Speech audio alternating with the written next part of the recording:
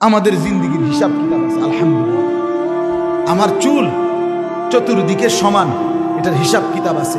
সাহাবায়ে কেরাম, আউলিয়া ইজাম 1450 বছর ধরে এভাবেই চুল রাখছেন। আমি এই জন্য রাখি। আমি টুপি মাথায় দেই। আল্লাহ নবী সাল্লাল্লাহু আলাইহি সাল্লাম, সাহাবায়ে কেরাম 1450 বছর ধরে ইমানদার মুসলমান দিনদাররা এইভাবে টুপি মাথায় পড়ছে, তো টুপি এর জন্য পড়ি। আমি দাড়ি রাখছি। আমার রসুল, সাহাবি, আউলিয়া, ওলামা, দিনদার 1500 বছর ধরে সর্বযুগে দাড়ি রাখছে, আমিও দাড়ি রাখি। আমি পাঞ্জাবি গায়ে দেই। আল্লাহ নবী, সাহাবি, আউলিয়া, নেককার, ওলামা পাঞ্জাবি গায়ে দিছেন, আমিও পাঞ্জাবি গায়ে। আমি লুঙ্গি পরি। রাসূলুল্লাহ সাল্লাল্লাহু আলাইহি সাল্লাম মৃত্যু পর্যন্ত লুঙ্গি পরিধান করছেন, এজন্য আমি লুঙ্গি পরি। সাহাবিরা, ওলামারা, আউলিয়ারা, নেক বান্দারা লুঙ্গি পরছে, আমি এজন্য পরি। আমি মিসওয়াক ব্যবহার করি। রাসূলুল্লাহ সাল্লাল্লাহু আলাইহি সাল্লাম, সাহাবি, ওলামা, আউলিয়া, নেক মানুষরা সর্বযুগে মিসওয়াক ব্যবহার করছেন, এই জন্য মিসওয়াক করি। বন্ধু আমার, আমি আতর ব্যবহার করি।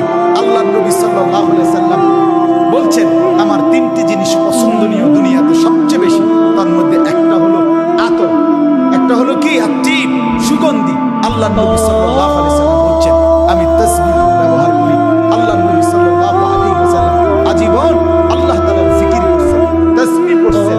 অতএব প্রত্যেকটা মুসলমান, তুমি বন্ধু বলো, আমার গুলোর হিসাব আমি কইলাম, আমারটা আমি তোমারে বুঝাইয়া দিলাম। আমি টয়লেট পেপার ব্যবহার করি। আল্লাহ নবী সাল্লাল্লাহু আলাইহি সাল্লাম, সাহাবায়ে কেরাম, আউলিয়ায়ে কেরাম, ওলামায়ে কেরাম, দিনদার শ্রেণী সর্বসময়ে ঢিলা কুলুপ ব্যবহার করছে পেশাব পায়খানার পরে। আমার গুলো আমি বুঝাই দিলাম, তুমি যুবক বলো, তোমার লজ্জা থাকলে তুমি তোমারটা কোরআনে আছে। আল্লাহর ওয়াদা, ঈমান আমল যদি আমার বুঝায় দাও, ওয়ালা ইউবাদদিলান্নাহুম মিন বা'দি খাউফিহিম আমনা, আমি তোমাদেরকে জুলুম নির্যাতনের পরিবর্তে শান্তি, স্বস্তি, নিরাপত্তা দিয়ে দেব। কোরআন ইন তানসুরুল্লাহ ইয়ানসুরকুম, আল্লাহ পাক বলছে, আমাকে সাহায্য করো, তোমরা তোমাদেরকে সাহায্য করব। তার মানে তোমরা আমার দ্বীনকে গ্রহণ করো, আমি তোমাদেরকে সাহায্য করব। কোরআন আল্লাহ বলছে, ওয়া ইউসাব্বিত আকদামাকুম, আমি তোমাদের কদম মজবুত করব। আল্লাহ, ওয়া আনতুমুল আলাউনা ইন কুনতুম মুমিনিন, আল্লাহ বলেন, তোমরা যদি পূর্ণ ঈমানদার হও, আমি আল্লাহ ওয়াদা দিলাম, তোমরা ঈমান বুঝায়া দাও, আমি তোমাদের বিজয় বুঝায়া দেব। বিজয় বুঝায় আমার থেকে না, আমাকে ঈমান, আমাকে সেজদা, আমাকে ছেড়ে পাইতাম কোন পৌঁছেগা মেরে সাথ। আল্লাহ ছাড়া আমাদের জিজ্ঞাসা করে কেউ নেই। আমাদের কোনো জাতিসংঘ নাই, মানবাধিকার সংস্থা নাই, আন্তর্জাতিক আইন নাই, ইউরোপ নাই, আমেরিকা নাই, আরে বন্ধু কিচ্ছু নাই। আমাদের শুধু একজনই, তিনি আমাদের, ভুল করো না বাপ, হায়াত ফিরবে না। এই যৌবন, এই সুন্দর সময়, এই সুস্থ সবল জীবন আর ফিরে আসবে না, আর ফিরে আসবে, আর ফিরে আসবে। আমরা যদি ঈমানের উপরে মজবুত হই, আমাদের কালেমায়ে তাইয়্যিবা, আমাদের কালেমা, আমাদের ঈমান মজবুত। কাফের আর বেঈমানদের কুফরি, শিরিক, তাদের মানে হম্বিতম্বি, তাদের সমস্ত চিৎকার চেঁচামেচি, হুঙ্কার, আল্লাহ কোরআনে বলছে, এটা একদম মাকাল গাছের মতো, ওই রসুন গাছের মতো। এটা আমরা দেশে বোঝানো লেগে বলছি যে আলু ক্ষেতের মতো, যেটার গোড়া শেকড় খুব ভিতরে না, আমি টান দিলে ফল সহ, গাছ সহ, গোড়া সহ উঠে। কথা বলেন না কেন? আর আল্লাহ কোরআনে বলছে, মুমিনের কালেমা, মুমিনের ঈমান খেজুর গাছের মতো। খেজুর গাছের শেকড় অনেক গভীরে, খেজুর গাছের কাণ্ড মাটির থেকে অনেক উপরে, খেজুর গাছের লম্বা হাইট অনেক উচ্চ, ডালপালা অনেক উপরের দিকে উঠা।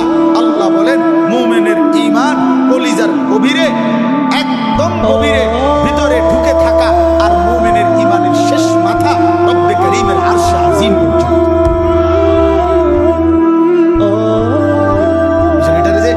খেজুর গাছ আমি টান দিলে তো উঠাই নেবেন আপনি, এমন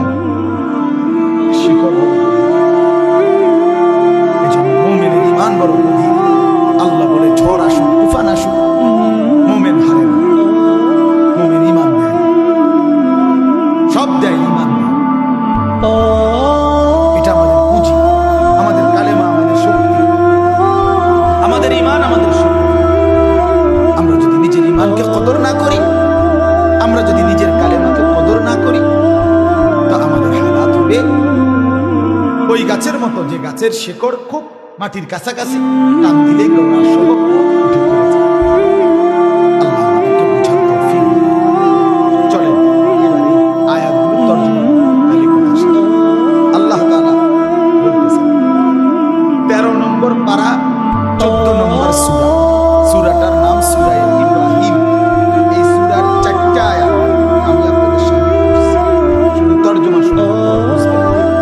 আল্লাহ তাআলা বলেন, আলাম তারা, হে নবী আপনি কি দেখলেন, কাইফা দারাবাল্লাহু মাসালান, আপনি দেখেন তো আমি আল্লাহ কেমন সুন্দর দৃষ্টান্ত উপমা দিচ্ছি। আল্লাহ তাআলা মুমিনের ঈমান আর কাফেরের কুফর শিরক এই দুইটারে আলাদা আলাদা দুইটা গাছের লগে তুলনা দিয়েছে। তো আল্লাহ বলে দেখেন আমার তুলনাটা কি সুন্দর, উপমাটা কেমন সুন্দর, বুঝতে কেমন